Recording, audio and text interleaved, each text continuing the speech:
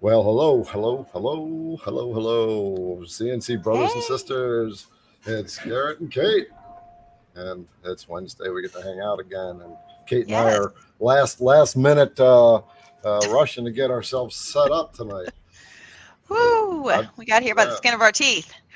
yeah. I just got finished walking 4.5 miles and got to look at my phone. Tim sent me a message, and haven't looked at Yeah. that yet. Your audio is a little crackly, but we can understand you. Can definitely understand you. It's a little crazy, y'all. A little crazy. Yeah. Back Yeah. back to Hello. school Hello. week. It's been a wild Wednesday for me. I don't know about you guys, but my kids went back to school today. Yes.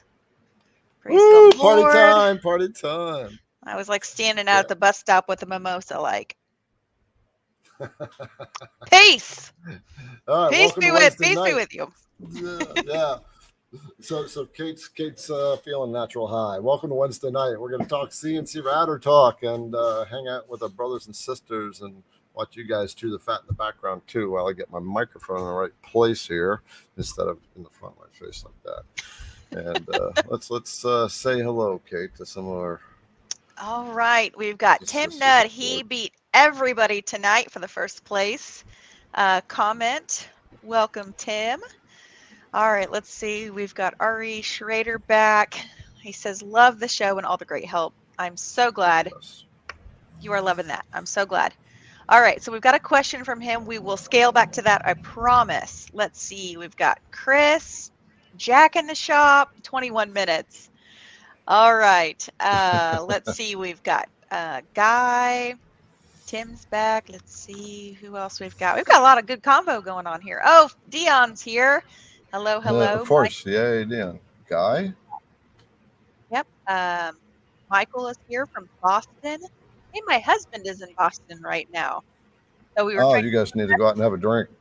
yeah, we were trying to do our best Boston accents and we were failing horribly. So sorry about that. Let's see. We've got Keith from Florida. Um, Richard says he's from Hey, Rock, California. yeah, you're getting a little quiet there, Kate. Oh, Try to pull your mic a little closer. okay. See you just bring it. All right. Is that any better? Oh, that's so much better. Okay, good. Yay. We fixed that. Yeah. Okay, let's see. We've got Ellen. She's from Wisconsin. Welcome back, my dear friend. Gary Hi, Lynn, back Ellen. from Waterford. Gary, I was working on your stuff today, so I've got some stuff in the works for you. We've got Mad Dog back tonight. Thank you, thank Mad you. Dog. Yeah, Mad Dog gets a big fat shout out from me. I'm going to stop us all right there because Mad Dog, he lives in Nevada, and I went to the AWFS last week, the Association of Woodworkers and Furnishing Suppliers, whatever.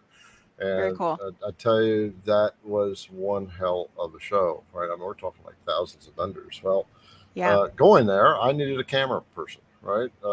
Being someone who's public, doing YouTube and stuff, it's like I want a camera person there, and I didn't have one. It was such a last minute thing. And Mad Dog Yeah. said he was going to the show on the Wednesday anyway, and so he was going to meet up with me. And when he was there, I was telling him, how do I find a photographer? He said, I'll take care of it. I'll do the video for you. And Yeah. he kept coming back. He was only going to one day. He came back all 3 days and managed the That's so camera for cool. me the whole time. Yeah, so Mad Dog gets a big fat shout out from me. Thank you, brother. Thank you. And by the Yes. way, one of those videos that you helped me out with, the Phantom, that is already posted, my friend. So if you do a search for Phantom CNC router review, let me point to the right side, right? If you just type that into YouTube, type in it's a walkthrough of all the Phantom CNC machines. So if anybody's interested in getting something more at this level, right? I just got that video out. Just search Phantom CNC router review, and they walk through all their machines with me, and Wow. all the stuff that's there. It was about a 50-minute video, but you'll get a deep dive into the Phantoms. So Mad Dog, thank you, brother. Okay, Kate, let's roll on. Saying hi. All right. So we've got Carolyn. She's back from Arizona. I see Carolyn's got a question, so we will bookmark that. Oh, let's see. We've got Christopher Jones. Dwayne, he's back. He finally made Dwayne's it. back. Yay. Yeah, he made it to a Wednesday Night Live. He has been so busy. He is such a good dad. He's so dedicated. He's usually out with his kids on Wednesday evenings. So we've Okay. got Jim, Bubba. Let's see. We've got a Facebook user. Facebook user, if you want to agree in the Facebook bar up top, it shows That's, you to give yeah. Facebook permission. Then that way Yep, we it's can just see below. who you It's are. just, yeah, it's Oh, just below the Facebook video. I think there's a just little below. thing that says, let StreamYard see your name. Oh, very good. Okay. Sorry about that. It's below. Yep. We've got Spencer. He's talking about joining the Onefinity family. Yay! Congratulations. No, It's yes. shipping No, out the week of the 7th. You will ooh, carve the first night. Man, I hope you get your CNC up and moving the first night. That's going to be exciting. You have to share you it do with us in that. the group. Let us know. Yeah, let us know. Yeah. So we've Every got once in a Christopher blue moon, Jones. yeah, every once in a blue moon, I see a post on Facebook where someone got their CNC machine. They had it running the next day and carved something. I know. Isn't that so cool? They're just like Yeah. so hyped up and ready to go. If mine had not arrived literally the day before Thanksgiving, I would have been up and running. But that night, I think Thanksgiving night when all of our family was here because we hosted, I was like, okay, who's going to help me move this big, enormous table into the shop? This big monster 8-foot table we had built in our garage because it was still cold out here. And so I was like, all right, everybody on deck. All because I have all nephews. My daughter's the only girl out of 7 boys. So I was like, all hands on deck. So totally fun. Okay. All right. All right. Well, cool. Let's start jumping into questions. Just before we do, Yeah. if we ever tell, we're going to do a couple what we call calls to action a little bit. But, Yep. Like joining Kate's group and stuff like that. So if you're on Facebook, we have links in the description above the Facebook video.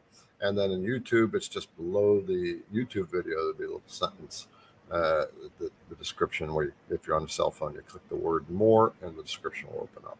And you'll be able to see the links that we talk about later on. So let's dive into a couple questions. All right. Let's see. We've got Ari Schrader at 713, right up at the very top. Yeah. There we go. Quick question. When I engrave raised letters on my SD120 with the IDC 60-degree V-bit, the letters are not clean at the bottom of the letters in the pocket cut. Okay. So what I usually see, they're not clean in the bottom. Number one, maybe you're doing a flat depth on it, right? And V-bits are not good for cutting flat depth, right? No. So you want to check, make sure you're not checked on flat depth in your Vectric software when you're doing a V-carve. And I'm going to just open that up real quick so we can show you exactly what we're talking about. I may be right, may be wrong, who knows, but I just got to quickly do a text. In the meantime, Kate, any thoughts? Yeah, so I was also going to say, if you are working with your 60-degree bit, I know what you're talking about when you're working with a pocket like inside of a bowl or something and you're bringing that V-bit down. I've had a lot of experience with this personally, and if you are working with any type of a softwood, you're not going to get a clean bottom. You're not going to get a clean cut either. The other thing I can definitely concur with Garrett's thoughts are making sure that if you are using a flat depth, that you're actually utilizing the depth of the tip of the bit.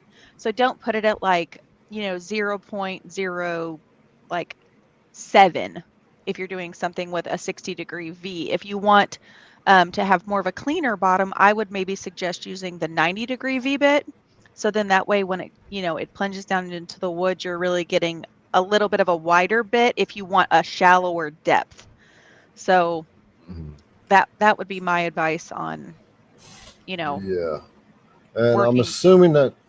I'm assuming you're using the SV series bit. That's the bladed style, right? Those are very clean cutting bits. So what Kate said, if you're cutting a softwood like poplar or pine, they tend to be furry. It's almost like impossible to not get fur. And actually, I Um, totally missed this part of the question, so my apologies. It says when I engrave raised letters. oh, raised Um, letters. yeah, so like a stacked text maybe is kind of what I'm thinking of, that he's going around um, Oh, the raised okay. letters and then the Yes, bottom yes, of yes. that. Okay. So he's Yep. Okay. So now we get to tackle another question, right? Another angle to this. Yeah. yeah. Do you get what's going on? Yeah, I do. I'm just kind of thinking back to my stacked text days. Um, I'm still going to stick with my original answer. I think that the wood has an enormous amount of to do with it. If you don't want to, if you want to maybe comment later on and let us know what kind of wood you were using, I'll pick up on that cue and try to revisit that question and let my brain kind of ponder on that for a minute. Um, but he has another question right after that. I'm not sure if it's in the Okay. same. Okay. Well, I'm gonna add on to what we're talking about here. Yeah. When when you're doing raised letters, it's like a V carve. Regardless, it's like a V carve. If you're doing raised letters with a V bit, all right, Mm-hmm. that's a V carve with a flat depth. Um, but if you're coming in with a clearance tool like a 1/8 or a 1/4 inch, and you're clearing stuff out, and then that V bit is going to come back in and cut around the edge. It's where the flat and the V meet, and sometimes it leaves a little bit of fur right along that edge. It just maybe throws up just a little bit of wood or something like that. And also, Yeah. if you're coming into tight corners where that 1/4 inch or that 1/8 inch can't reach, now that V bit's going to be trying to get all that material out of there. It's going to do a lot of moving around like that, and that's Yeah. going to leave an ugly cut. Mm-hmm. Okay. Absolutely. Absolutely. Okay, so he Now what? says right after that, he's asking a quick question about his Z. Should my Z be set lower for the final engraving than the clearing cut? I'm going to say no. No, I wouldn't.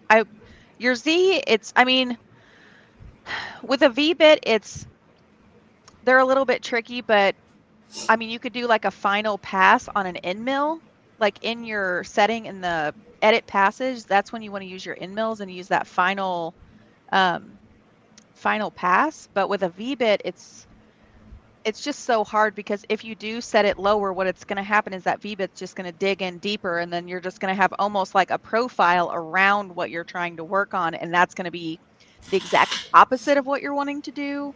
So I would suggest getting like one of those. They're like little bitty. I think Gator is the brand, and they're like little bitty sanding discs, and you can just grab those and kind of clean up the fuzzies around it. We all have those Yep. problems. Yep. I'm going to get a link off of Amazon and show you what to get. It's just basically finish work that you'll have to do on it. Yeah, or even a Dremel with like those little like fuzzy. Let me grab them. I'll show you what I mean. So this is, I actually just purchased these. So this is what I'm talking about. I was at Lowe's or Menards, I think this week, and I picked this up at Lowe's, and it's just got this little sponge, and then it's got prepare, and then they have like roughing. They have all kinds of different ones you can use. And What then is it is a Gator Micro Tool detail sanding kit. Okay. So they have that, and then they also have, I know Garrett has a link for these Amazon little pieces, and these are like little sanding discs that you put in your Dremel. They're 1/4 or they're 1/8 inch shank, and they're all different grits. They come in like this brown one is like really hard, and this one's a little softer, and then they come in like these 4 different colors, and you get like a big sack of them, and they Yeah. all come in So different grits. yep, they're very, very handy. They don't have a long life, right? No. You will go through them very quickly, but they're not sanding discs. They are like Scotch-Brite, right? So Yeah. they literally they barely sand the material. But I've got it pulled up on Amazon, and I put a link in the comments. So in the Facebook and in YouTube, there will be a link for what I'm about to show you. And Yeah. it is that right there. There we go. Can you see the screen? Yep, that's them. Yep. Like I said, you get a whole bag of them. Yep. So abrasive buffing polishing wheel set. They're super cheap. $13 for that. For that right there. Yeah. Again, there's a link. I put a link in the comments. So if you're going to get it, go ahead and get it. Okay. So let's end that screen share. All right. There we go. All right. What do we All got right. next? Oh, it looks like there's a little bit of chatter about what they're working on. Jack in the shop, I'm impressed. He says he has been using the fiber and the CO2 laser to make some leather hat patches. Oh, I want to Those see are some neat. pictures. Yeah, I actually have a hat I just got a leather patch done on. Looks fantastic. Those are really hot right now. All right. Gotcha. Okay. Let's see. Looks like we've got a little banter going on here. Good. No talking. And this is Yeah. kind of the cool part about this, that you guys talk to each other at the same time while we're Yeah. talking. It gives you the place to hang out. You know what, Kate? I was messaging Kate that we want to bring some other people on occasion as well. Right? Yeah, and absolutely. Hear what some other brothers and sisters are doing. So we may pull on somebody here. Jack shows up all the time. Dion's showing up all the time. Yeah. Tim's showing up all the time. We may be pulling you guys out. Let's be part of the whole thing. Yeah, let's see. Okay, so we have a great question from Gary Lynn at 7:59. He has like a blue G next to his name. Big long. There we go. Is it possible that the Vectric VCard Pro 11.5 that it was corrupted and didn't download correctly with the problem I am having with it? So not knowing the problem that you're having with it. If Well, you were having a I technical, oh, you do? Okay. Yeah. He sent me Explain it. so he sent me a grid on Vectric, a VCAR file. It looks like he's trying to write some lines in his board, in his spoil board, and like creating a grid essentially. And Gary, basically what has happened is I was actually in the middle of recording a Zoom before we started, and what's going on is basically you have a little lines all the way across your spoil board, and I had to go in and basically cut all of those little lines. So basically you have the up and down straight lines, and what was happening is you just had little bitty lines that were just all individually connected. And so we basically went through, cut all of those lines, and then I put one big boundary around the grid.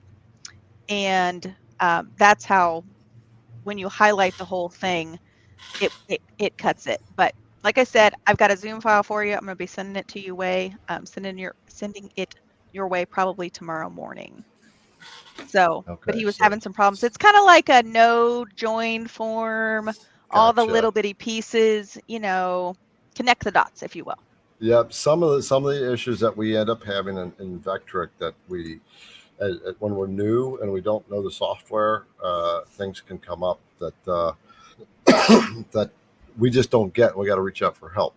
And this is why I encourage people to dive into Kyle's course. Right, quite a few people have already done it already, and Kyle Ely from Learn Your CNC. Right, he's he created a course for the Vectric software, Vectric Pro and Aspire, and it takes you from the very beginning, and he explains every feature of every aspect, so you come to understand how the software is working. If you are brand new to the Vectric software, or if you're struggling, I would certainly recommend that you at least take a look and consider his course. He's got like a free little boot camp thing, and where it kind of gives you a taste of what he's teaching. So I've got it linked. His course, his webpage in Facebook up above. There's a link there to check out Learn Your CNC, and then YouTube down below. And got it. So absolutely just consider it, because if you don't, there's a process to designing, and absolutely. And most of us already know how many YouTube videos we struggle through trying to find answers, and right. So the link is there. Check it out, and I now have a discount code for that, by the way. Yeah. It's not listed. It's not listed there, but I got a 10% discount code from them. So it Very works out. good. So the discount code is capital letters IDC Woodcraft, all one word. You got it. And that'll get you You got it. 10% off. So Very good. yeah. The other thing was Kate is also, was helping Gary there. Kate does one-on-one. You betcha. All right. So, yep, she does one-on-one. So if you're stuck in the Vectric and you want some one-on-one training, or you tell them, Kate. Yeah, it's a really great opportunity for you to get all of those questions marked off of your list, because I know when I was starting out, I was like, I need to research this, and then I need to research this, because I would get stuck trying to create a sign or something, and I'm like, I cannot get past this. This is making me crazy. And I finally got to a point myself. I actually reached out to Garrett when he was doing one-on-ones almost 2 years ago now, and it was like light bulb moment. I mean, it was so enlightening just to have that additional support. And I was like, that's it. That's all I have to do. And he was like, yep, that's all you got to do. And I was like, Yeah. I have watched 18 YouTube videos and never seen anybody just say, this is how you do this. And so it's an investment, but think about how many hours of YouTube you don't have to watch, because you can just get all of your questions answered.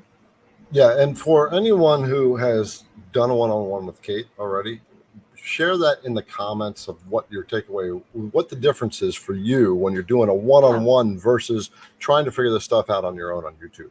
How much more you learned in that 1 hour. Yeah. Right. It's like stupid, ridiculous. Once you do it, it's like, oh my God, why didn't I do this like 3 years ago? Right. Yeah. Anyway, Yeah. you can schedule a one-on-one with Kate, and it's in the description. It says schedule a one-on-one with Kate. Facebook up above, YouTube down below. All right. So, and just something really really fun about this, about the whole process, is you don't have to have like a specific set of questions. If you have a file or a logo or something that you're stuck on, I want you to email that to me, and then we will set up the one-on-one and we'll work through that. I had a gentleman, he had 3 files, and he was like, I need to know how to do this, this, and this, so I can get this cut today, finish this project, and ship that door. And I was like, you got it. And we knocked out all 3 files. He was like, thank you, thank you, thank you. And he finished his project that day. So I was super excited for him. It was great. Yeah, by the way, Kate, I had somebody email me. They were questioning how they would do a logo, and I need to find that email, forward that out to you. Okay, let's get on some more I did questions. contact that person. You did send the it to guy me. with Summit. Did I already send that to you? Oh, no, that's a different one. Summit logo. Yeah, okay. No, it's a different one. Okay, so we have Carolyn. Welcome back, my dear. At Carolyn. 8 o'clock. 8 o'clock? Really? I know. Geez, you guys are really getting in here early. Guess we're going to have to start the show early. Yeah. All right. It says hi, or she says, hi, Garrett, or Kate and Garrett from Arizona. I want to start Kyle's class, but was wondering how much of it is actually using the CNC machine. My machine is in the garage here in Arizona, and it can be 110 to 120 degrees in there.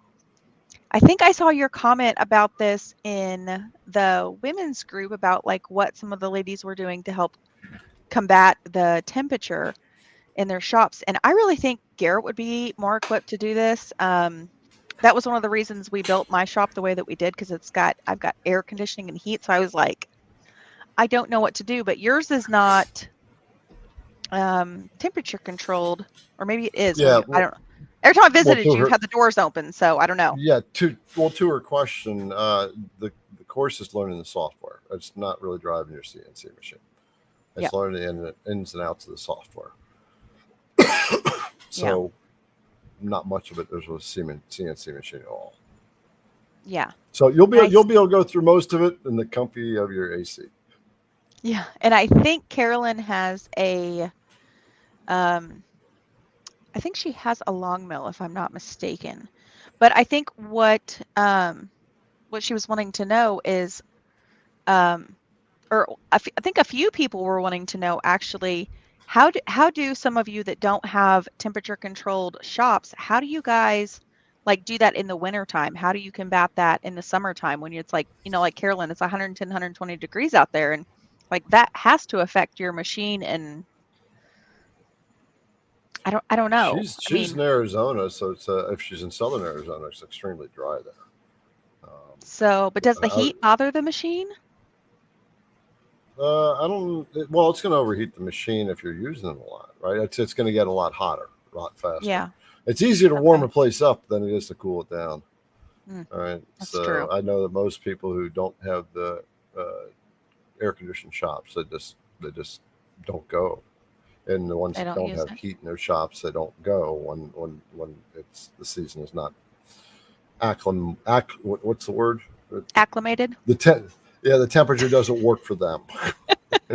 There we They don't go. have the temperature. Yeah. That works. That works. You've saved me a few times when I've like blah, blah, blah, lost my words. All right, let's see. Doo doo. Let me see what Uh, this one is from Spencer. He sent an yeah. email for the courage board. Hold down low from courage board when I bit purchase. Looking forward to getting that file.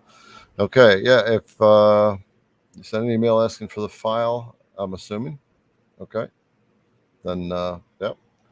My emails get filtered first by my team, but they will send if they see that, they'll send it to you. And if they forward it to me, then I will. You know Get why it I over have to to you. have my email?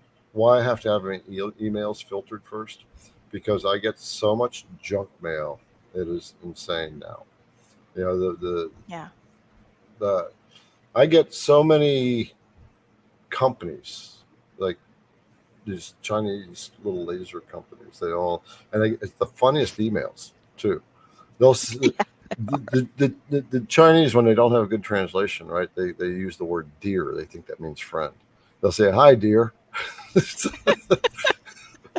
Or they'll say Yeah. dear IDC Woodcraft or my YouTube channel name, which is like beginners CNCers and beyond or something Oh, like that. jeez.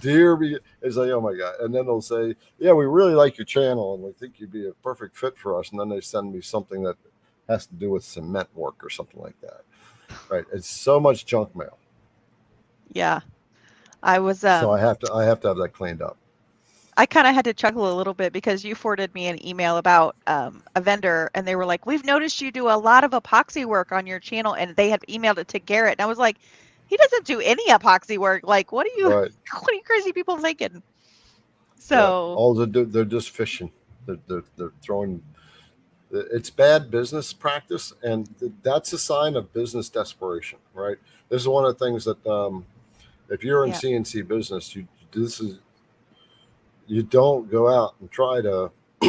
um, it's such a bad business practice that it's so cheesy and so low mentality, so uneducated as far as business, that the yeah, people that they do grab are the ones that have horrible channels, yeah, that don't do much at all. You get what you put out there. yeah, absolutely. All right, So so we've got a really good question from Mike Mayo at 806. He's talking about drill tapered holes. All right. Need to drill tapered holes 7/16 diameter at top to 5/16 at bottom, 1 1/4 inch deep. Help. this is where we need Kyle. Kyle kind of explained that one last week. This is a bit more complicated. And this is one that this is the kind of question I said, okay, I got to think about this one. I'm going to make it Yeah. happen. But it's not one I can answer. I can pull out of the top of my head right now. What if you were to use, I mean, this is not like my expertise, so tell me if I'm like way off base here. When you're using drill bits, would you want to do like where it says like ramp, plunge, and all the different tabs kind of down in the bottom in the toolpath? Where it says spiral, like you have a choice to do a spiral, would you want to do? I don't Because think you can do it that way. I think we've talked about that like a couple different times. I think just me and you, not on here, but um, gosh, I'm trying to think. It's like down in the toolpath, and you have like where you were talking about basically just drilling in, and it has like a spiral, like down, like Yeah, but that won't work. I'm looking at it right now. That won't work. That's has to do with your lead ins or your ramp ins on a project. okay, So what he's doing is he's doing a taper. right? And so Okay. that's going to require the router bit to start at this kind of diameter, and as it's going down, it's making smaller and smaller Mm. cuts. Oof. So That does sound a little tricky. yeah, but it sounds like something I would want to take on to figure out. I can't answer that question right now, but Okay. if somebody here knows, can answer that one, by all means, put it in the comments. Yeah. This is on YouTube. So the question is being asked on YouTube. So, and it's Mhm. Mike Mayo. So if you're going to answer it and you're on Facebook, you won't see it. You need to get over on IDC Woodcraft YouTube channel and answer them there and put an at to Mike. But Mike, I'll figure it out. It was the same thing when it comes to pizza peel tapers. I had a lot of people ask me, how do you Yep. do a pizza peel taper? And I beat my head against the wall trying to figure that out. And I was emailing the experts like Mike Mazalik and Bull. I was several, and I even think I even messaged Vectric. I said, "What's a good, easy way to do a taper on a pizza peel?" And they're all telling me you need 3D models, you got to use drive rails and stuff like that. I'm going, this is too advanced for these guys, right? And I finally figured out, just do it with a V bit. You just have to use a broad angle V bit. And that's why I came out with a 150-degree V bit from IDC Woodcraft. So Yeah. if you want to make I a love pizza those bits. peel, yeah, I got a video that walks you through step by step how to make a pizza peel with a taper, the easy way, and Yeah. and you can have and I give you the file too. You can have that file with the G code, and There you you got go. instructions for it. So, And I think yeah, I was going to say you've got the 120-degree bit, but I have a reel on my Instagram page where I'm cutting like really wide letters because everybody that makes like those big door leaners or big signs and you're trying to do them with a V-bit and it takes a dang century, that 120-degree V-bit just plows through it does not miss a dang beat. I that's I love you can I go love that fast thing with it. whenever I'm doing any type of wide lettering on signage So, because it's just like the beast. It just like destroys, like it doesn't destroy it, but it cuts it very, very nicely and it cuts it very fast and very efficiently. So there's not a lot of cleanup. It's a really great bit. I love those wide bits. I'm going to write down these numbers. So he wants to go from 7/16 to 5/16, quarter inch deep, 1/4 deep. I'm going to have to think about this one, but here's a suggestion: go to the Facebook group called The Make, MAKE. Find Bull Shanigan. Bull's on the start of that group, and he might be able to give you some guidance. Yeah, I think that's a great answer. All right. So we've got Kenny. He says hello. And then Hello, Kenny. he says a little further down, I registered my company last night. Good Oh, job. excellent. Yay. Cody's on board too. What's going on there, man? Yeah, I see Cody's on Yeah. there. Cody's the guy that makes the Jenny bit. Yeah, he's killing it. Cody, I admire Cody.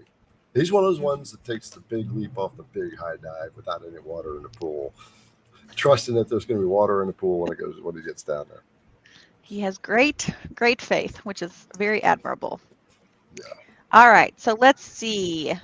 Kenny's onto his website. Sounds like you're on the right track, brother.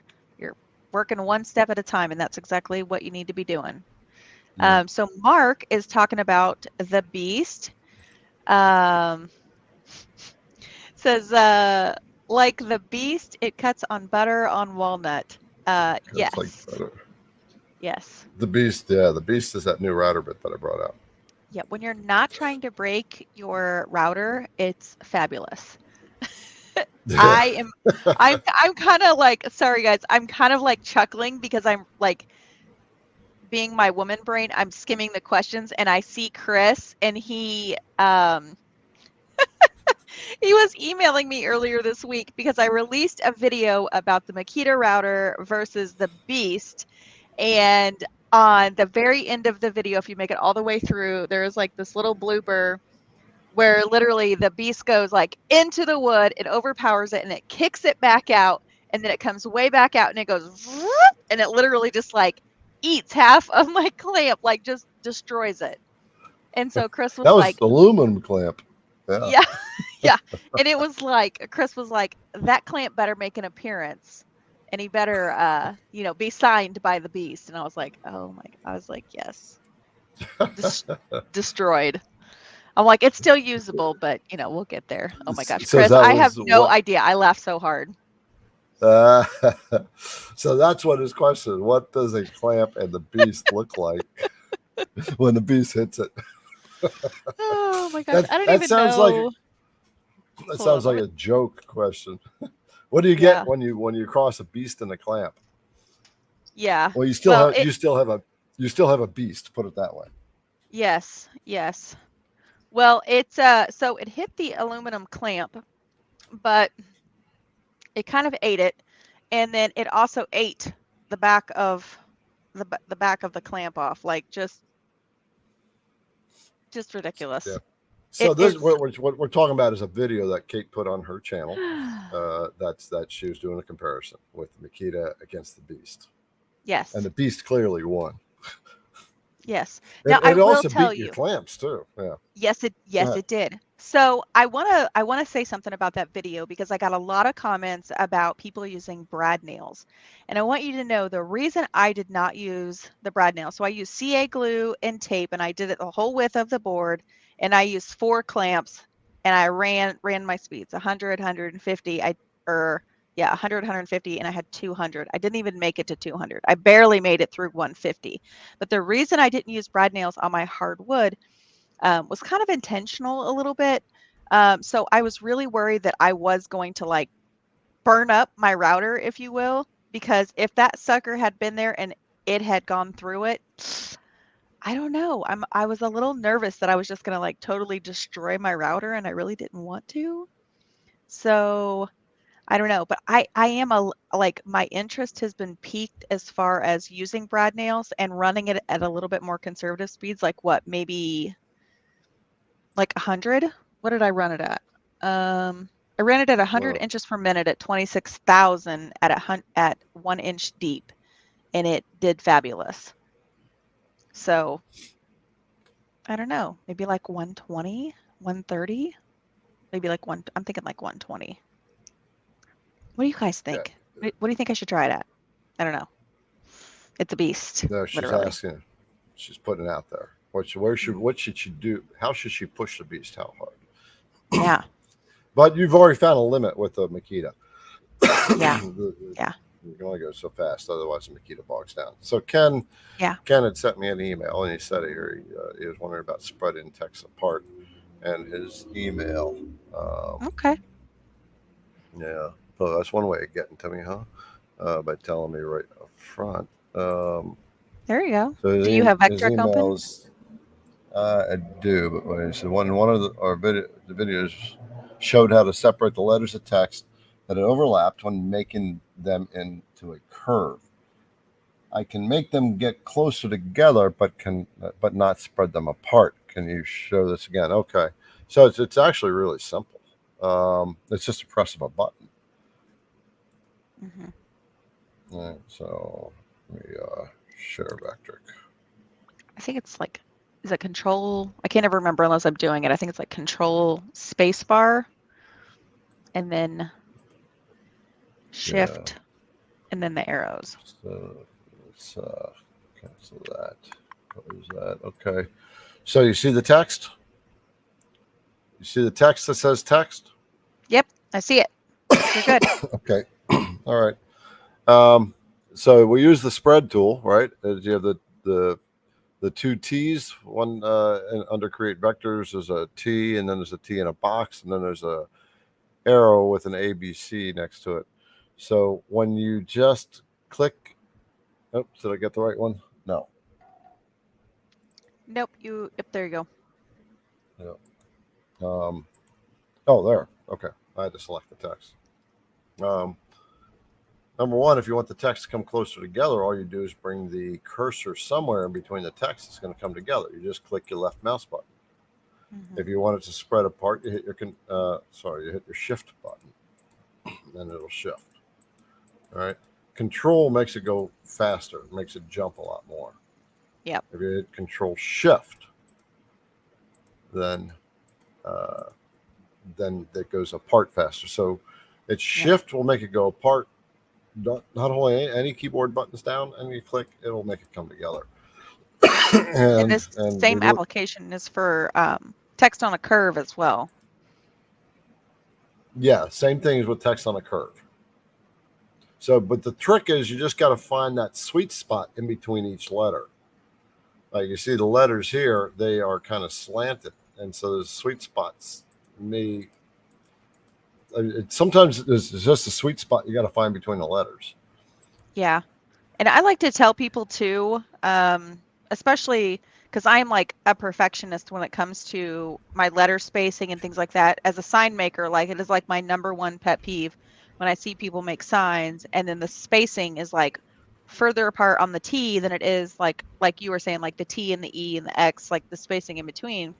So what I'll tell people sometimes, if you have like an Arial font or something, block, use like make the letters touch, and then if you're going to space it apart, like do like 3, like 1, 2, 3 tabs, and then move to the next letter, pull them together, and then do 1, 2, 3 on the space bar, so you have equal spacing between each letter. And then if you have like a funky letter, just try to use your best judgment. But if you have a lot of letters, like the word welcome, you want to make sure that the spacing is relatively the same in between each letter, and not like the W's over here and the E's over here. And then you've got like, you know what I mean? Woman's brain, woman's perspective. So, yep, that works. But also, we had Kyle. I was talking about Kyle's course. He was a guest on here a couple weeks ago, and he showed us another spacing tool. Press the Alt button down, and it'll do all your letters at the same time. Yes, that's very cool. Yeah. And then Bill in Arizona sent me my cactus. Thank you, Bill. I still haven't told you the cactus story, have I? I think we've talked about it several times, but no, we've never actually gotten the cactus story. Gotcha. All right, let's see. Kenny said, Garrett, thanks for the Phantom video. You're welcome. And then we have a good question from Melvin at 814. Notice how he has a cactus in his name there? He does. I like yeah. I like Bill, you see that? Cactus is particular to me. Last night I was over at Sarah's house and she gave me a little cactus. Oh. She knows the story too, so that was very thoughtful. That was very thoughtful, yes. She's very sweet. Yeah. When home in your CNC, y-axis will only travel a couple inches forward and stall out. This just started happening 2 days ago. If I start with the Y all the way forward, there's no issue. Any suggestions? I have a couple, but I don't know what you're thinking. Well, go ahead. I mean, you might have a signaling problem, like a signaling conflict. This might be a little bit deeper of an issue where you might need to contact the company. But what's your thought? So I have a Onefinity X50, and sometimes mine does that. It drives me absolutely crazy. But what you have to do is like sometimes, like yes, you're right, on the y-axis when you're moving it back and forth, I just have to like with my controller push it back, move it forward, push it back, move it forward, and then sometimes it'll like snap out of it. And then other times, if I can hit the home button on my screen and just try to like get like snap out of it, pay attention, like I'm trying to, you need to move. And then sometimes if you just run it all the way to the right or all the way to the left and then try to move it back and forth, that will snap out of it. But if all else fails, do a restart and then just hit that home button right away. I mean, my machine's done it. I know the Onefinity kind of does that occasionally, so that's usually what I do, and it wakes it up, and then it's fine. So okay, and this kind of leads to a point. When you guys, when you're asking questions, it may be helpful, I don't know, to tell us what machine you're using. Yeah. Especially in a case like this. It could be any machine out there. Yeah. I see Brian's back. We haven't seen him in a while. Hello, friend. Yeah, hey, Brian. Yeah. He's talking about good old hairy pine. Pine is a fuzzy wood. Just is. It is. It is. All right. So we've got Kimberly. She seems. Hi, Kimberly. I don't know if you're new or not, but welcome. I don't Um, remember Kimberly. I don't either. So, can you engrave copper? That is not something I have ever done or ever tried. If anyone in the comments has, feel free to give Miss Kimberly a shout over on YouTube. What do you I bet? What can about talk. you? Have you ever engraved copper? I have not engraved copper on my machines. I've engraved aluminum. I've cut aluminum on the long mill. So we're going to talk the two things here because when we're saying engraving, then we can engrave or we can actually cut engrave, right? So we'll distinguish the difference etching and engraving. Yeah. So so one of the ways you can engrave is using a diamond engraving bit, right? Like this right Mhm. here. All right, this is the Widget Works diamond engraver, and it's what they call a drag bit, and it's a drag bit because you don't turn the router on. It's literally designed to drag along the material. Doesn't work for wood, but it works for glass, works for metal, steel, aluminum, brass, copper. This even engraves on granite. It actually does a really good job on granite. I've not used it on granite, but I've seen somebody else do it. And Hmm. sent me some video, and I was very impressed. Interesting. If you go to IDC Woodcraft website and look under the engraving tab, you'll see this when you hover over the engraver. The picture will change to it'll change to a granite butterfly that's been engraved in granite. So, Wow. To check so that this out. is on the IDC Woodcraft website. It's an industrial level tool, so it's not it's not cheap, right? Yeah. The other thing is if you want to actually do like some V carving in copper, so like using a V bit. Okay. Number one, you generally do not want to use a flat bit. If you want to cut in Okay. copper, copper is a giving metal, but it's also can be a gummy metal. Hmm. And so if Interesting. you want to use this, if you want to like V carve into it, you need to use a bladed V bit. Right? It's Okay. instead of a flat V bit. Copper, excuse me, I caught a bug like when I was down in Vegas, and it's been kind of scratching my throat since. Um, No. Copper, it's always better to use a light coat of oil when you're cutting it too. When you're engraving it, you don't necessarily need to, but it's a good idea. When you're engraving, it's gonna if you like get down into it with a microscope, it's gonna kind of leave these little ridges in there. It's gonna leave like a rough cut, and that requires sanding, right? So copper's just a Okay. funny metal, Interesting. but I'd be there's interested some to of your I'd be interested to know what you are making with copper. yeah. Sounds kind of Oh like a neat yeah, project. yeah. Yeah. So there you go. That's quick answer for you. Very good. Very good. And Kimberly, if you are not in the Facebook group, in my Facebook group, Women Who CNC, be sure to look us up. Check us out. It is for women only. Sorry, fellas. But it is a great space for women to chat, share projects. And Kimberly, if you are in the group, connect with Ellen. She's actually Madra on here, and she has done some really cool acrylic projects. She just posted. She is a busy bee. She is a busy, busy bee. So connect with her, and maybe you two can chat about that drag bit, and she might have some good advice for you. So Yeah. So women who CNC. Since you're coming in on YouTube, you can open up another browser if you're on your computer, and you can go to Facebook. Look for the Facebook group. Do a search for Facebook groups. Women who CNC, you got it. and You got it. That's Kate's group. Women only. Yes. And I just want to make a really quick personal note. I have received some of the kindest emails this week from men in general, mostly men, yes, saying, thank you for creating a group for just women because they have daughters. I had a gentleman email me that he usually is on here during the week, and he says he has a 16-year-old daughter he's working with. and trying to get her into the CNC space. And I'm like, how cool would that look on your college application that you know how to CNC going into college? Like that is so cool.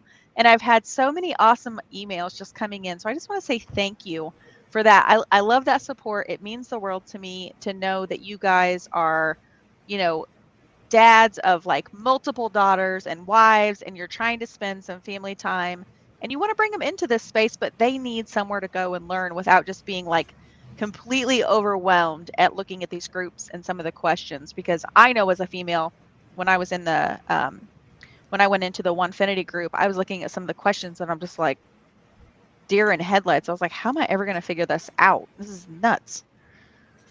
So I just want to say thank you from the bottom of my heart. That really means a lot to me. So thank you for your support. All right, back to it. Yep. Okay. Patrick. All right. Mahoney. What's going on? This is a new name. I don't remember seeing Patrick. Do you remember Patrick? Maybe once or twice. I feel like he Okay. might not be new. All right, Well, go ahead. Welcome anyway. Okay, so what's the difference between start depth and cut depth? Yes, it's a very basic feature when you're doing your tool paths. You want to bring up Vectric and run through it, or you want me to? You can do it if you want to. Okay. I try to give a very basic explanation. Okay. When I explain it. Yep. Okay. So I'm gonna make a box on this project, and we're gonna work with the box. Very good. So, okay. So what we're gonna do is we are going to pocket out the inside of the box, and so pocketing is under the toolpath operations. It is the second icon up there. So is my mouse currently over the pocketing toolpath? Yes. Okay, so we're going to select that. Now, at the very top, it says start depth and cut depth. Now, that also is I'm going to close this for a minute. It also shows up under the profile toolpath, the very first two selections. So your start depth is the depth at which the router bit is going to start in the material. Meaning it's, so let's say you're getting ready to cut from the top of the surface of this material. I'm going to switch this over to, I can't do that yet. I got to generate a toolpath. So I'm going to just calculate that. And there we go. Okay. So I got this big block of wood. And for most intents and purposes, our start depth is, we're telling that this is the level at which the router bit is going to start cutting at. So let's say you got a blank project just like you have right here. We have to start from the top. We have to tell the software the tool starting point at the highest point that the tool is going to be cutting from is the top surface of the material. The cut depth is how deep that it's going to actually end up cutting. So we just made a block here. I'm going to go back in this tool path, and I'm going to put under cut depth, I'm going to put 1 for 1 inch. My start depth is at 0. That's telling me I'm starting at ground 0. 1 inch. Ground 0, right? That's what I always tell them. Ground 0. Ground 0. When we run that, I should do that I did that as a pocket. I want to do it as a profile. I want to do that as a pocket. Hold on a second. No, you're good. Okay, got it. We all do it. Yeah. So I'm going to take the profile toolpath out. Did you know you can highlight the pro toolpath just like that? It's blue, and just hit the delete button. And I love that. It's my favorite. You don't have to right click and hit the delete button. So I'm going to reset that. And why isn't it running? Because I didn't set that one up. 1 inch. There you go. And what's it telling me? It says, I'm using the surfacing end mill. It can't fit in there. I think I get the right tool. Yeah. We get a 1/4 inch. We'll use the beast. Okay. So there I'm you go. Selecting any router bit. Okay. And run it. Okay. So now what I did is I set the start depth at the surface of the project. So the software knows when it writes the code that we are working off the surface of the project as the router bit starting point, and that would be from the bottom of the router bit. And the cut depth was the grand total depth that is cutting. So in this case, we set it to 1 inch. So now I'm going to kind of I'm going to add another rectangle in here. Oops, hit the wrong button. Switch. Then the more I'm talking, the scratchier my throat is getting. I know mine is so dry tonight, so that's why I've been drinking a ton of water tonight. I feel like it's the. Yeah. Okay, so now I'm going to cut another rectangle inside of that rectangle. So we're going to go back into another pocket. And so we now know that that first pocket is 1 inch deep. Okay, so if we're going to cut another rectangle inside of that rectangle down to go another inch, we have to tell the software where to start at. So our new start depth is 1 inch. So we have to change that new start depth to 1 inch. And it doesn't have to be negative. You make it just use positive numbers. The software already knows that you're going into a negative direction. And then we're also going to say the cut depth is 1 inch. So what that's telling us that we are now going to start cutting. The software is going to reference its start point 1 inch into the material, and it's going to finish another inch down. So this is going to be, at the end of the day, a 2 inch cut all the way in. I'm going to run that, and you can see the tool path now is down in there. That red line is the rapid. The cyan line is the down plunge of the bit. And then we have these blue lines here. That's the actual cut that the router bit is making when it's actually doing cutting.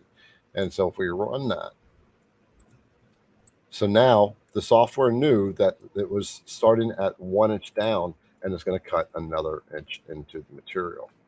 Now, just to clarify, we're going to go back into that second tool path we just did. In other words, this smaller rectangle. Yep. And I'm going to change my start depth to, well, what should I do? I'll change it to, we'll just say, we'll change it to 0. All right. And then we have a cut depth of 1 inch. So what we're doing is we're creating a second tool path that's for that smaller rectangle. But you can see now it's at a different height. Its start depth is right here at the very top. And then it's making 2 passes down to get to that 1 inch. Reset that. I'm going to run both tool paths. And it actually ran both tool paths. The reason you can't see the second one is because our start depth is at the surface and it's only cutting 1 inch down. We've already cut 1 inch down on the first one. So there's nothing to remove. Yeah. I hope I explained that. Wow. Yeah. Throat is getting really, really scratchy. Yeah, I can tell. So that's a really great operation for you guys to know as well. If you're doing like catch-all trays and you want to design something inside the catch-all tray, that's a really great way to know that. You know, you just, whatever you carve down into or remove that material down to that height, that's what your start depth is. And then your cut depth is how much deeper do you want to go. So like if you're carving something. I got a perfect example for that. Yeah. So like if you're doing, like say you're saying, you know, I love mom or whatever it is inside of it, and you're using a V-bit, you want to make sure that you're using that, you know, 0.07 or whatever depth you need for your V-bit. Beautiful. Exactly. Exactly the same. Yep. So what we have here is a bowl that's, we'll just say it's 1 inch deep from the top of it down to the bottom. So the start depth to cut out the bowl is 0, and the depth of the bit is, we'll say, 1 inch. And now we're going to do this little V groove design in the bottom of the bowl. Our start depth for that design has to be 1 inch down. You got it. Yep. The other big thing to remember when you're doing projects like that is you also have, you want to make sure that your Z comes back up and over high enough. So in the tool path, operations, at the very top, there is a button that says set, and you'll see like the little Z and all the little operations on that. And you want to make sure that your Z is set high enough so when the project is done, it doesn't come up like, a half an inch and then run through your project. That is the Or through your biggest number tabs. one thing I see people doing that. And Jonathan, actually one of my students, he bought a Stepcraft, a beautiful Stepcraft machine, and he said that the demonstrator was actually doing that and teaching them the start depth, and he forgot to change the Z depth, and when it came up, it just ran straight through the middle of the bowl, and he was like, oh Lord. I was like, see, even as professionals, forget to do the simplest thing, but that is the number one thing that you want to make sure and do when you're doing start depths and projects like that. Make sure your Z comes up and out of the project. All right, we'll move on from that. Okay. So let's see. We've got Patrick, I hope we answered that question clear enough for you. Yes.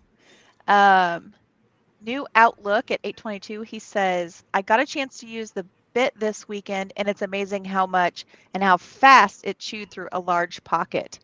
Agreed. Where is this? 822. Okay, New Outlook. I like the name, by the way. Yeah, I think he's or she is new. I have never seen their name pop up before. So welcome to the conversation. And how fast it goes. So the beast will save you a ton of time. Yes. Now Garrett has a spindle on his, and he uses I think it was like 600 IPM is what you ran it at. I ran at 1,000. 1,000. Wow. 1,000 inches per minute. 1 inch deep through maple. Was it maple? Maple. Yeah. Wow. 1 inch deep through maple. 80% step over 1,000 inches per minute. I didn't know this machine could do 1,000 inches per minute. That's insane. I wanted to break the bit. I couldn't break it. No, you're I not wanted to find the limits of it. I'm the only person on the planet that wants to break a bit, right? But that's what I got to do to test my bits to make sure what their limits are. Yeah, exactly. Okay. So Jim said that he did a one-on-one with me a little over a year ago. It was definitely worth it, right? So we were talking about doing one-on-ones with Kate, right? I don't do one-on-ones anymore because I don't have the bandwidth to do it for what I'm doing with the IDC Woodcraft. But Kate does, right? And got it. Yeah, it is so worth it. If you're stuck on Vectric, in Facebook in the description, we've got a link to Kate, right? So you can schedule a one-on-one with her. It's not free, right? One-on-ones aren't free with her. She has knowledge, she has a skill, and you're buying her skill. You're buying your time, and you're buying away frustration, right? And YouTube down below in the description as well. There you go. Very good. All right. So we have Andrew right underneath him. He says, Garrett, is it possible to get a one-on-one with you? I live a couple of hours from you near Indy. Oh, shoot. You're probably closer to Kate. I live in Indy. How about that? Shoot me an email. My info is in YouTube up top under the more category. I actually had a fella drive all the way from Terre Haute, and he spent the day with me. It was a really fun day. He got to meet my whole family, and we spent a ton of time. We even made a really cool project for his house. So we designed it all up in Vectric. I taught him how to use it, and then we put the application to practical terms, and it was a good time. We had it was a lot of fun. Oh, by the way, I had a thought earlier today. Kate, I'll talk to you about this, but I'll bring it out to everybody what this thought was. So in September in Madison, where I live, it's an artsy type of town, right? So lots of activities go on here, festivities and stuff. But in September is the fall festival, and it's a fall art festival. And they literally, the entire town is nothing but booths, right? Just hundreds of art vendors. And I was thinking that would be a great weekend to try to get some creators to come on down. Yeah, that would be all just get together. Awesome. Yeah. Oh my gosh. Yeah, so, that would be so cool. So that's like what, 2 months away. I don't know the exact date right now off the top of my head. But just something to throw out there. Maybe we can get a little creator get together here in Madison, Indiana. Yeah, that would be so cool. And what's it called? Do you know what it's called? Chautauqua. Chautauqua. CH. I don't know how you spell it. Okay, I'm just putting a note so we can make sure and discuss that next week. Okay. All right, very cool. I think that would be awesome. I would go. That would be such a cool time to like meet some people in person. Yeah. All right, let's see Oh, here. there you go. So Jimbo, much of Kyle's class is Vectric specific. He's answering Ellen or Carolyn. Yes, Carolyn. I did the course on He in the did couch. the course on the couch. There you go. So you'll be Very nice. Be safe and sound. Yeah, away from the heat. When you're ready to see. Right. Oh gosh. Okay. Let's see. Stephanie Mad is Dog. asking where can you send your questions. Sorry. Oh no, you're fine. She's just a little bit. You send so you can email Kate. She'll try to help you out. I do take some, but remember, don't overload her with questions, right? Because she gets lots of emails as well. Yep. Right? You can send them or post your questions in the Facebook group of Women Who CNC. Definitely. Just, I mean, like anything else, just like tag one of us, or if you're not getting any response, sometimes you can type like @everyone, like in the comments, and then that will like throw out kind of a tag for everyone in the group to see your questions, and then you'll get a really good response that way too. Yep, it's actually a really good way to start. Yeah. He has a swamp cooler. Yes. I think we're talking about air conditioning, maybe. I don't know what a swamp cooler is, but sounds cool. Oh, yeah, it sounds damn cool. Yeah. Okay, so Ken says at 8:27, just tried calling glue for the first time. Oh, I think he meant CA glue for the first time as a hold down, and I am impressed. Yes, it's good stuff. Yeah. Now, CA glue does have its limits, right? If you are, like when I was testing the Beast, I was using CA glue, and I was actually ripping material off I was breaking the seal, right? I was pulling it. It was overpowering the adhesive power of the tape. Yep. Wasn't breaking the glue seal, but yeah. But if you're doing a bowl, and you're using a bull bit and you're trying to hog out all the material with a bull bit, you're putting a lot of force on there, and you're only using CA glue, you will probably pull that bowl off the table. Mm-hmm. Right. Yep. And on that note, if you're using a bull bit to clear out a bowl, you should always come in and use a clearing tool first, like a 1/4 inch end mill of some sort. That's exactly why the Beast and the Hog exist. It's for that type of work. Yep. You got it. I can hear the crickets in your shop. Are there crickets here in my shop? Yeah, I can. Yeah, kiki.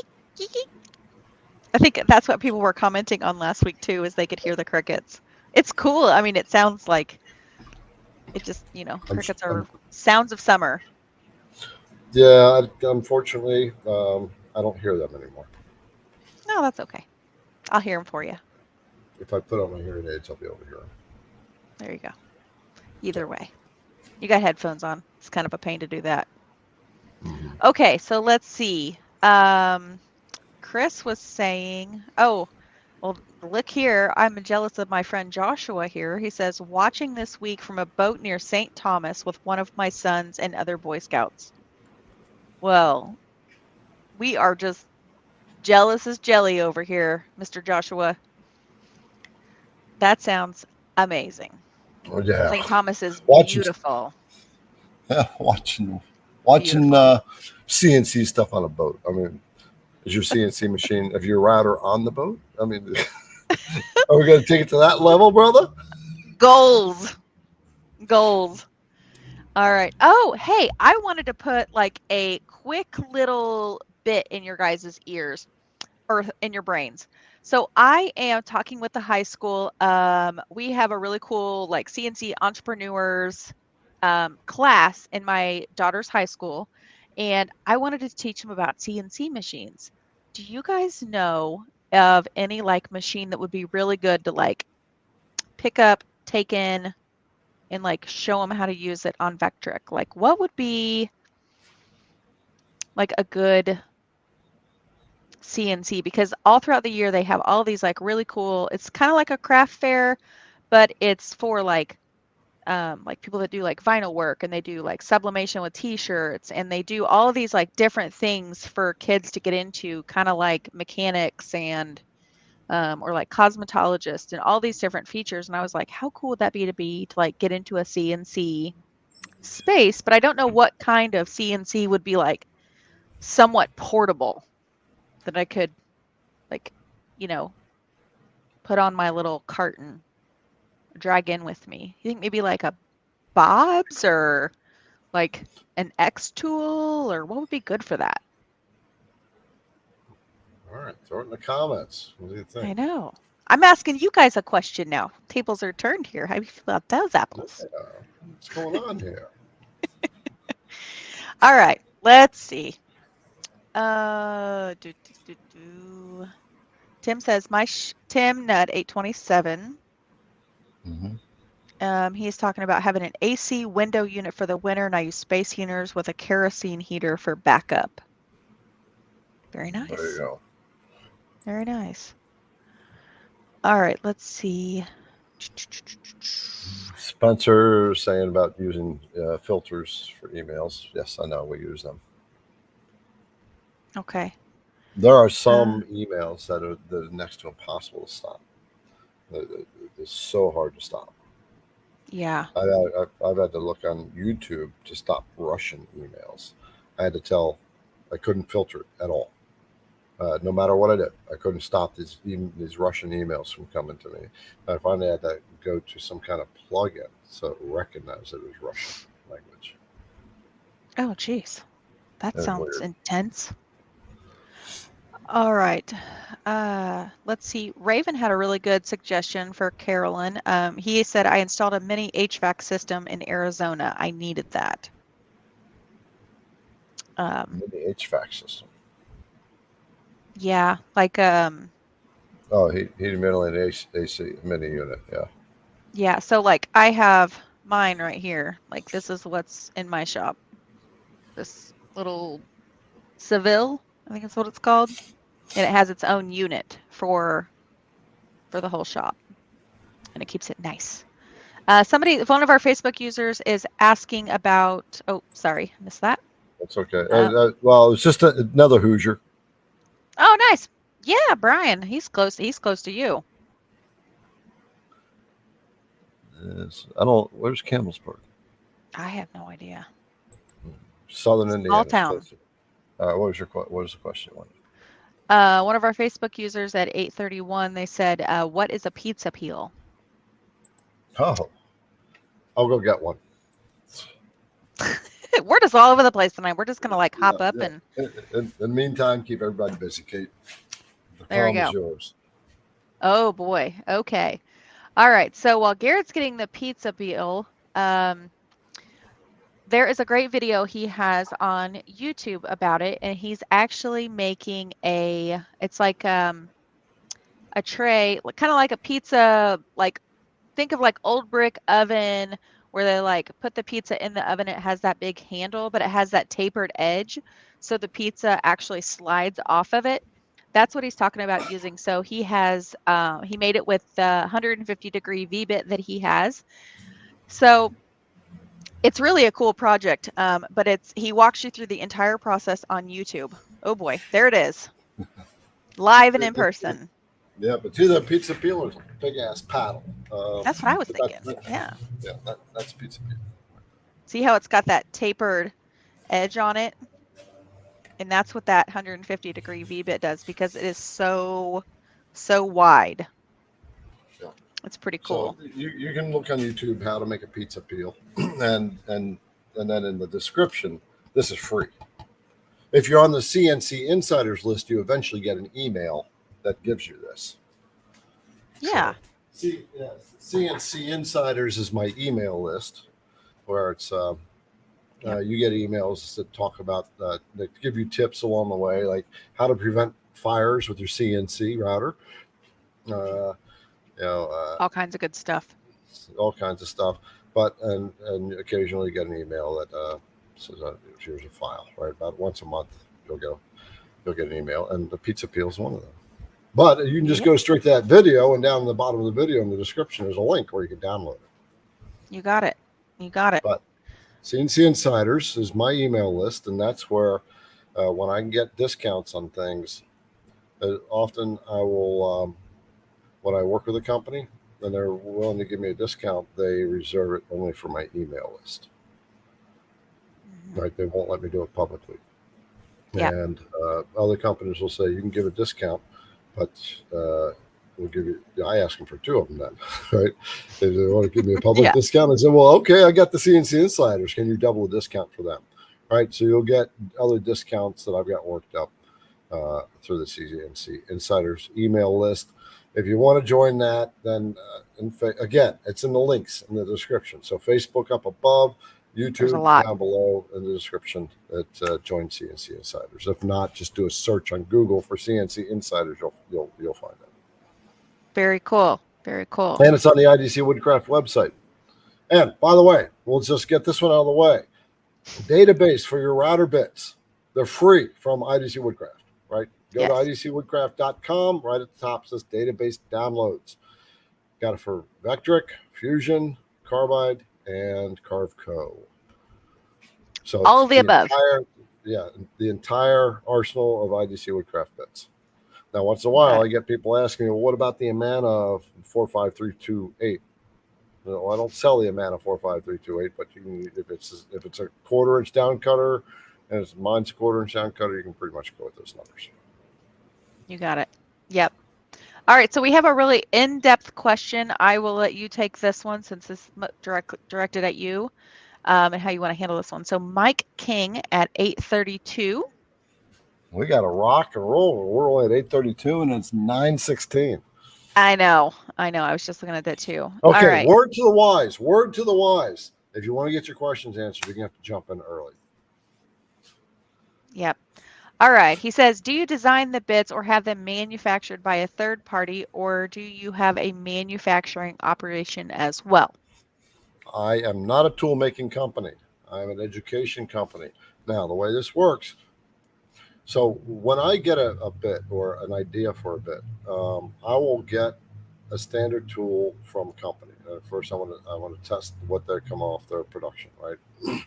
And then I will assess it, and I will modify the design. I will have them modify the design to my liking. We may alter the grind angle on a flute. We may make the core thicker or shallower. The core being, you have the cutting edges, and you got that little area in front of the cutting edge, that little opening. That's called the flute, right? It's not the cutting edge. The flute is the actual pocket that spirals down that flute, down the tool. But I will have them design the geometry. I'll work with them on modifying the geometry design. Usually when I get a bit concept, I'm working with them, it will probably take about 6 months. The Beast took 6 months for me to finally get to a concept that I like. Right. So, and the tooling companies I use, I got 3 of them, and they are, got Michigan, I've got Arizona, and I got someone who's in North Carolina. Very cool. Very cool. Right. That's good to know. Awesome. Yep. If I was a tooling company, that would be my business. I would be running machines, making the tools here. That's a whole different ball game, right? Because that's not tool makers are tool makers. Yeah, absolutely. That's a great question. Thank you for asking, Mike. Yeah. So we have Sandy. She is also on the boat with her husband, Mr. Joshua, watching in St. Thomas. We are just, you just had to throw that out there, didn't you, Sandy? Just rubbing it in, huh? I guess you got umbrella drinks while you're sitting there too, huh? Yeah. No, we're just rising you. That's so awesome. We're so happy you guys are on vacation. Everybody deserves a fantastic vacation. Yeah, so Sandy, get on Women Who CNC. Absolutely. Join Kate's group. Yep. All right, so Brian is talking about the tapered holes, Brian Rosenbaum. So I cannot remember the fellow's name who asked us about this, but if you are that individual, connect with Brian here, and he may be able to give you a little info. I think that individual is on YouTube and Brian's in Facebook, so they can't connect there. Yeah. So Brian, you'll need to jump over to the YouTube channel, and then YouTube will be able to communicate. Yeah. Where is this? Is this streaming in your CNC entrepreneurs group, or where? Like, if one of them wanted to go find the other one, what group would they go to? Okay, so I see it two ways. I see Facebook and I see YouTube. Right? You see it too, right? You see the little blue Facebook. Okay. Yes. But I've got it going to 3 different Facebook groups right now, or 3 different Facebook pages. One is CNC Entrepreneurs, the IDC Woodcraft Facebook page, my personal Facebook page, and then the IDC Woodcraft YouTube channel. I get it out to Kate's YouTube channel too, but I can't connect to that, and I also just can't do it. Frustrating. Yeah. So I'm going to. We'll look in the descriptions, and hopefully you will see where those groups are, and you can kind of reference back to those things that Garrett was just talking about. All right. So Jerry Carp at 8:32, he is talking about creating 2 T-slots. Okay, so creating 2 T-slots on the back of a sign is different than setting up a single T-slot. Had to learn it the hard way and caused me to redo the sign. Would be nice to watch how to set up 2 T-slots. Yeah, it's just so he's using a keyhole cutter, right? And he's if you're doing for like each end of the sign. Yeah, like yeah. Oh, yeah, that's looking pretty awesome. So yeah, that's looking freaking fantastic. Wait till you see what's. I'll show you something in a second. We're just talking about. I'm assuming keyhole slots on the back here. Yeah. Part of that is you got to work with the centers that it's going to be mounted on, right? If it's going to be 16-inch centers, and you got to kind of take that into account. Yeah, absolutely. Okay. I'm going to find that other dragon sign. You got to check this out. Okay. All right. Let's see. Hey, Bull's on board. Hello. All right. We've got some. Okay. So let's see. Gary.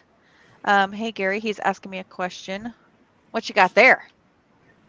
This is the first one that I did. You can't really tell. But no, you can. And it's got a real copper look to it. All right, so there's multiple tones in here. You know what would be really cool on that, since it's so dark, if you were to get like some almost like a copper dusting. Well, it's already got a copper color to it. I'm trying to see if I can get it in there. Well, I'm talking about like almost like a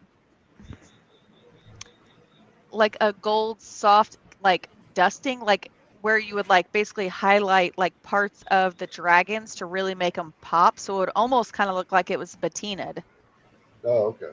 Like how copper turns that kind of funky color when it's been oxidized. Oh yeah, like that green color.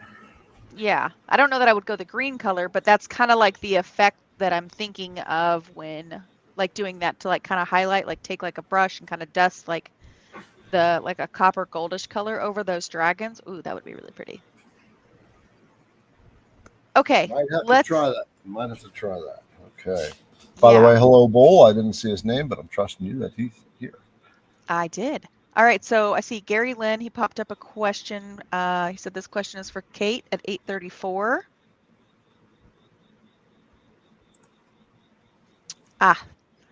He said, did you find anything about the amount of letters you can type into a question? 200 letters is the max amount. At 201, it will dump it into oblivion. So he's talking about the question itself. And Gary, I'm not sure what is going on. I don't know if it's just the YouTube platform, but over on Facebook, we've had some like really lengthy questions to the point where like Garrett's and I's heads were like covered up. So I think it's got something to do with YouTube. But I did not find anything specifically on StreamYard's website about like character count and stuff like that. All right, so let's see. Andrew asked if he could get a one-on-one with me. He lives near Indy. He has a Laguna SS2. I'm trying to get familiar with it. So you get yourself a nice little industrial machine. So I don't normally do one-on-ones, right? So I used to, but you got a pretty advanced machine there too. The Lagunas are getting up there.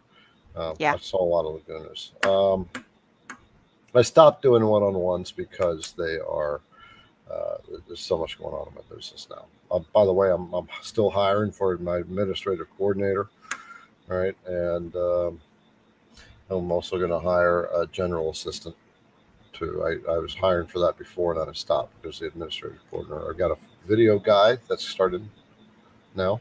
Very cool. All right. I need a bookkeeper. Kate, I might hire you for bookkeeping if you still want to do that kind of stuff.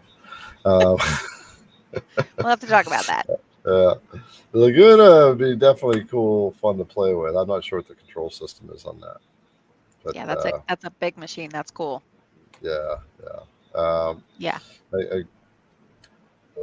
Where I'm going, because my time is in demand, right? I got to be really honest with this. There's a lot of people ask me for one-on-one, and so I have to kind of draw the lines because I'm very focused in the business.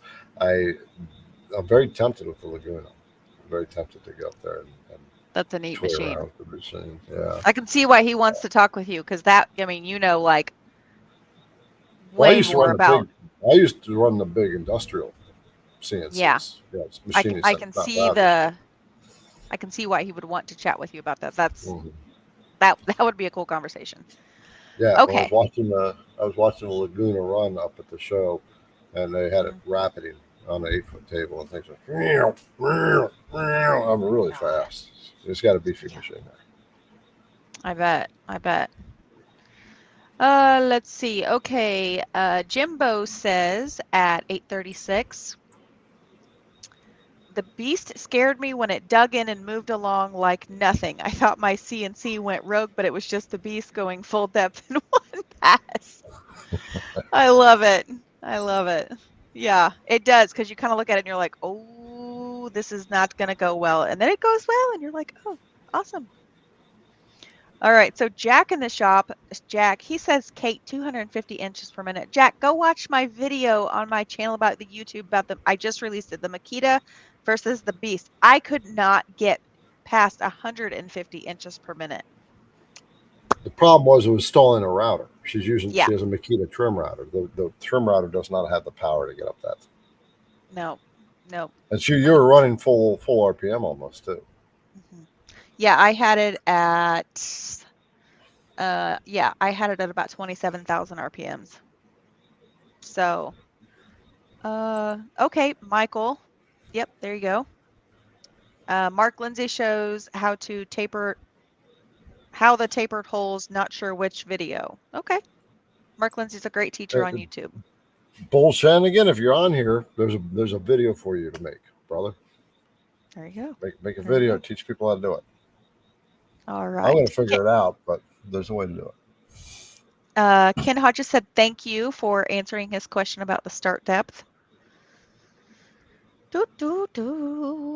Oh, and he's Melvin is talking about his cactus being tattooed on his calf as well. So he's very committed.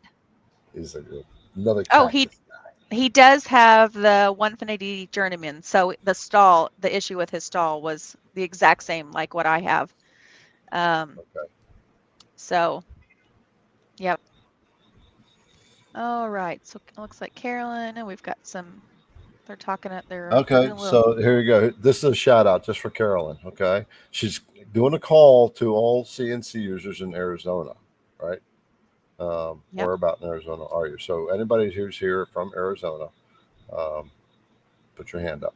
Let Carolyn know she's on YouTube, so she's not going to see it if you're on Facebook.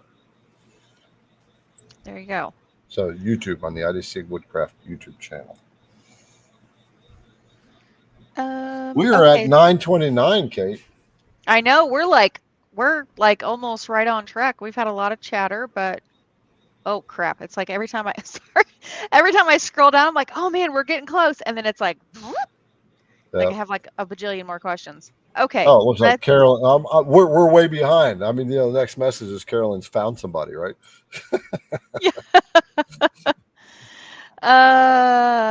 Okay, let's see. Okay, she's okay. Oh, Ellen says, my daughters watch and get excited with me. That's so cool. I love hearing that. See, this is why we're doing what we're doing. This is what we're doing. She says daughters, no spell check. So she has multiple daughters, which is awesome. Raven says, hey, Kate, get a better machine. Yeah, I know. I love my Onefinity though. I love my Onefinity. I'm really looking at upgrading to the Elite. I don't necessarily need it, but you know, who really needs the upgrades? I mean, let's just be honest here. Let's just, you know, if we're just gonna put that out there. Yeah, who wants an upgrade? I Hey, know. okay. So first of all, Richard asked this question, and Yep. 2 comments later, Tim answered the question. But I want to just kind of address this one anyway. So thank you, Tim, for answering Richard. So he said when he raises his router and it bumps in the top, he loses his Z setting that was originally set, and I have to reset the Z. What are you doing wrong? So what's going on is your clearance height is set too high in your software. Your Z clearance height. Here's how you need to adjust this. Your software, if you're using Vectric, you have. I'm going to get into it to show you. Yeah. And this goes back to what I was talking about when we were doing the start depth, about what this is where you want to set that so your Z comes up high enough to go across the bowl and not through the bowl. Right. So if we're looking at tool paths, at the very top is my mouse flashing by the button, the set button? Yes. Mm-hmm. Okay. So at the very top, there's a button that says set. We select that button, and down at the bottom, there are several numbers here. One says Z clearance, and the other one says plunge. Okay, your clearance is set too high. It's probably set at an inch, inch and a half. And what's going on is you have less than an inch from the top of your tool, from the top of the material surface to the max upstroke of the Z. Right. So what you want to do is change that clearance setting right there to maybe 3/4 of an inch, or just drop it down a little bit. That's what's going on, because what's happening is it's the software is still going to think that it's going up to an inch, but it's jammed, right? It can't go any further. And the steppers, like Tim said in his other comment, is the motors are trying to run, but they literally can't, right? So it's technically what they call losing steps. And so you just got to change that clearance, and that should solve your problem. Help you out. Yeah. Okay. I actually did it the other day, and I'm going, why do I keep losing my Z? I mean, even as many times as I've done it, it's because I'm so focused on something else. And I was like, oh, duh, right? It kept hitting the top, and yeah, it wasn't enough. It's like even when you're designing something, sometimes you just have to like walk away from it, and then like go do something, get a drink of water, and then like think about it and come back, and it's usually like, oh, duh.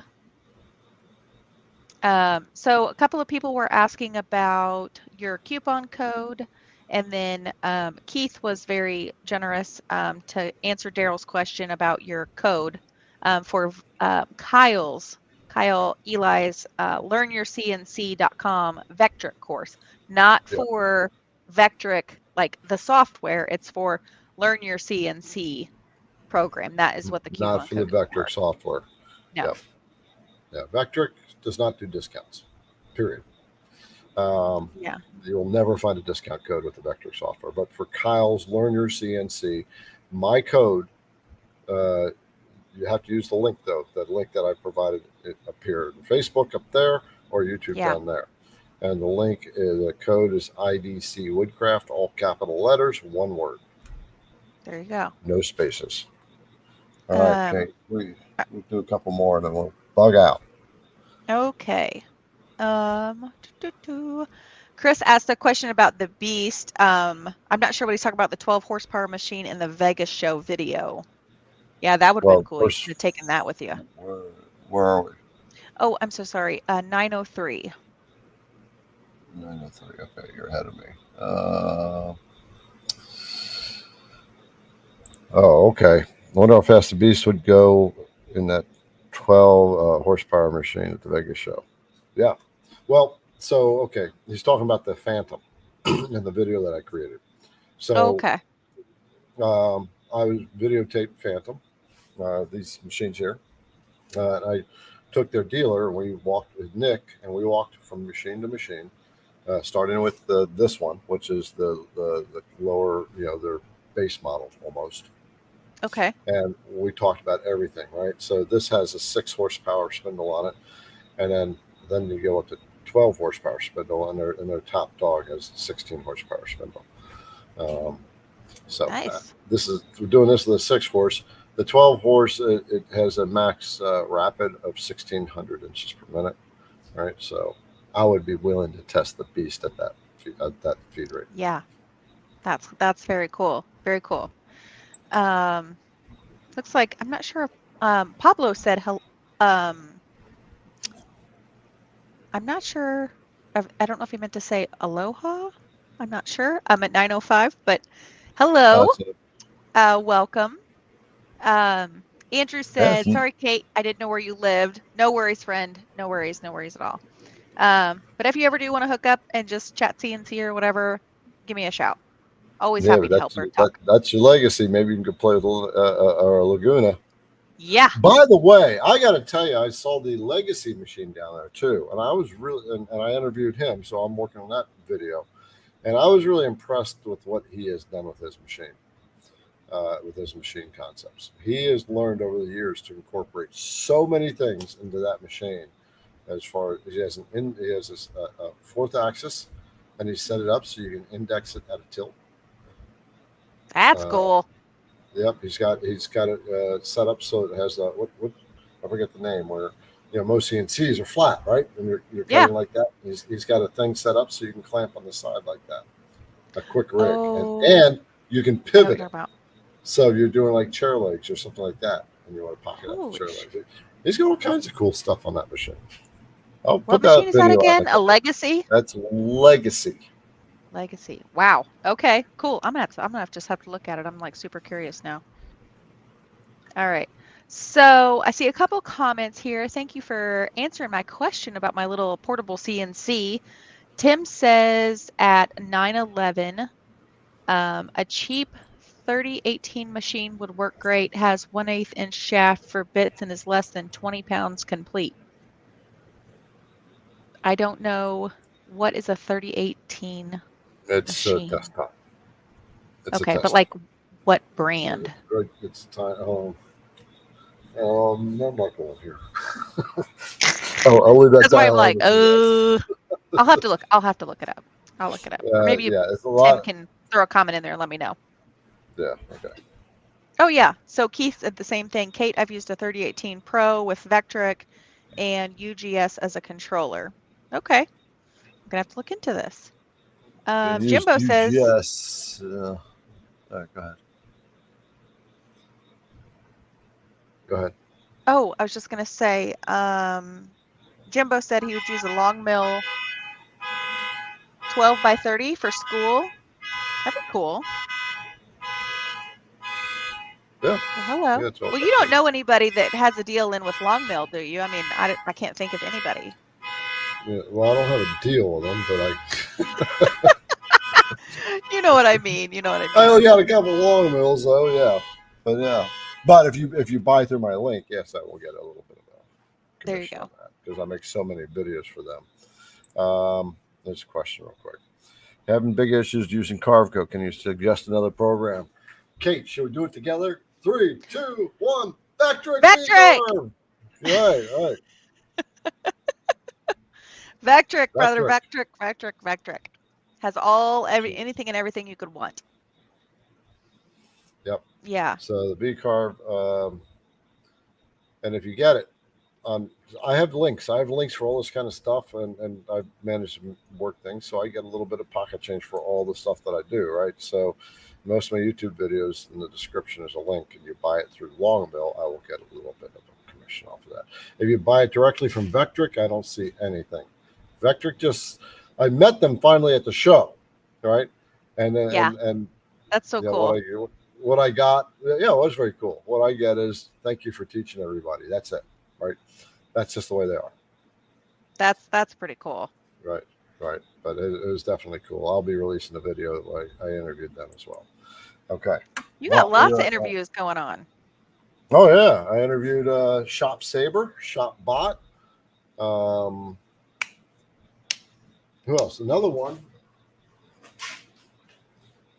which I just got in the mail. I just bought these. This What is is that? actually a CNC. It's a mini vacuum hold down. Oh, So you okay. can put your project down and you can actually do your profile work as well. Interesting. So And who is that I'll from? This is from a company called BVG. BVG. I'm making all kinds of notes tonight, guys and ladies. Yeah. I say guys. I'm so sorry. It's just like it's a terrible habit. All right. Kate, we're at 9:41. So let's do one more question. Okay. I was looking. I see a lot of them. I've got like a ton of comments on here about. Tim said he's messaged me after the show. Jack made a great shop about the SainSmart 4040 Pro. Next Wave CNC. Oh, there's a decent machine. Yeah. Next Wave was at the show too. I didn't interview them though. I was going to, but I forgot. Okay.